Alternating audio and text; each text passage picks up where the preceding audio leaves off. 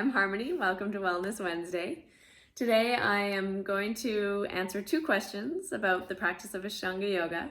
The first being, why are we not encouraged to drink water during our practice? And the second is about full and new moon days and why we observe rest on those days and don't practice. So these are often questions that beginners have when they start their practice of Ashtanga yoga.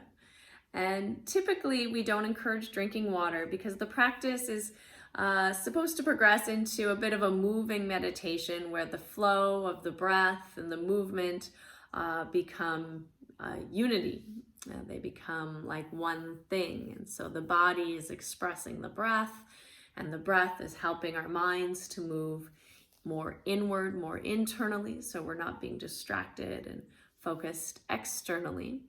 And drinking water often breaks that concentration. It breaks that rhythm and that flow of the breath and the practice. Also, through the practice, we are building an internal heat. So this fire within, this tapas, to burn out our impurities, to cleanse and purify our organs, to detoxify.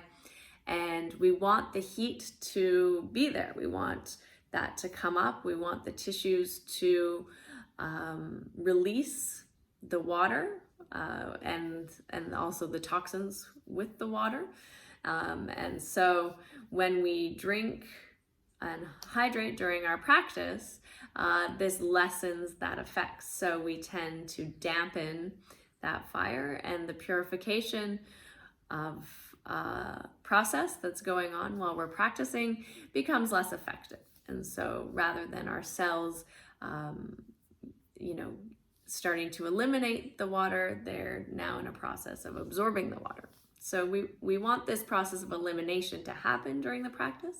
And then after, you're encouraged to drink as much as you want. Maybe give yourself a little bit of time, 20 to 30 minutes, maybe 40 minutes after the practice, to just let that process naturally happen, the detoxification, and then drink some nice hydrating fluids like coconut water or fresh juice or just natural mineralized water, whatever you find most hydrating.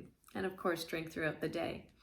The second question is about new moon and full moon days and why we observe these. And this is a tradition in the Ashtanga yoga lineage that came from Mysore, India.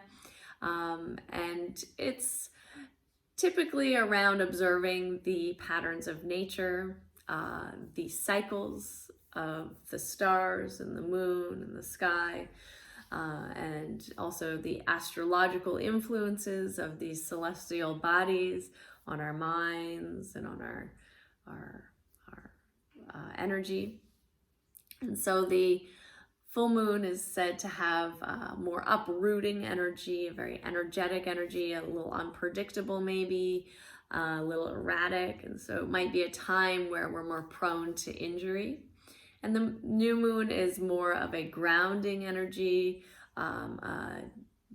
internal, introverted energy, sort of a withdrawing, introspective. And so both times are good for quiet practices, doing some meditation or contemplation, but practicing the method of the Ashtanga yoga asana practice is typically avoided or practiced in a very mindful way during these days. So you want to just remember that sometimes there are influences outside of our control that are affecting us in ways that we're not aware of. And this is to help us become more in tune with these cycles of nature and these forces that are outside of our control that might be affecting us more than we originally anticipate. And so there are always good days to rest and reflect and take some time for yourself.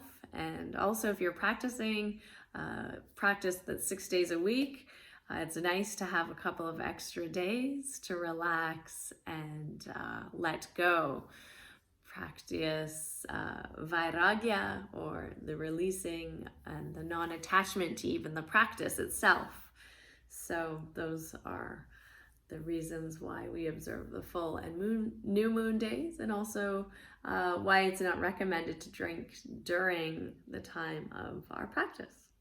So thanks for tuning in, and yeah, feel free to send me any other questions on Ashtanga Yoga, and I'd love to answer them. I'll speak with you again next Wednesday.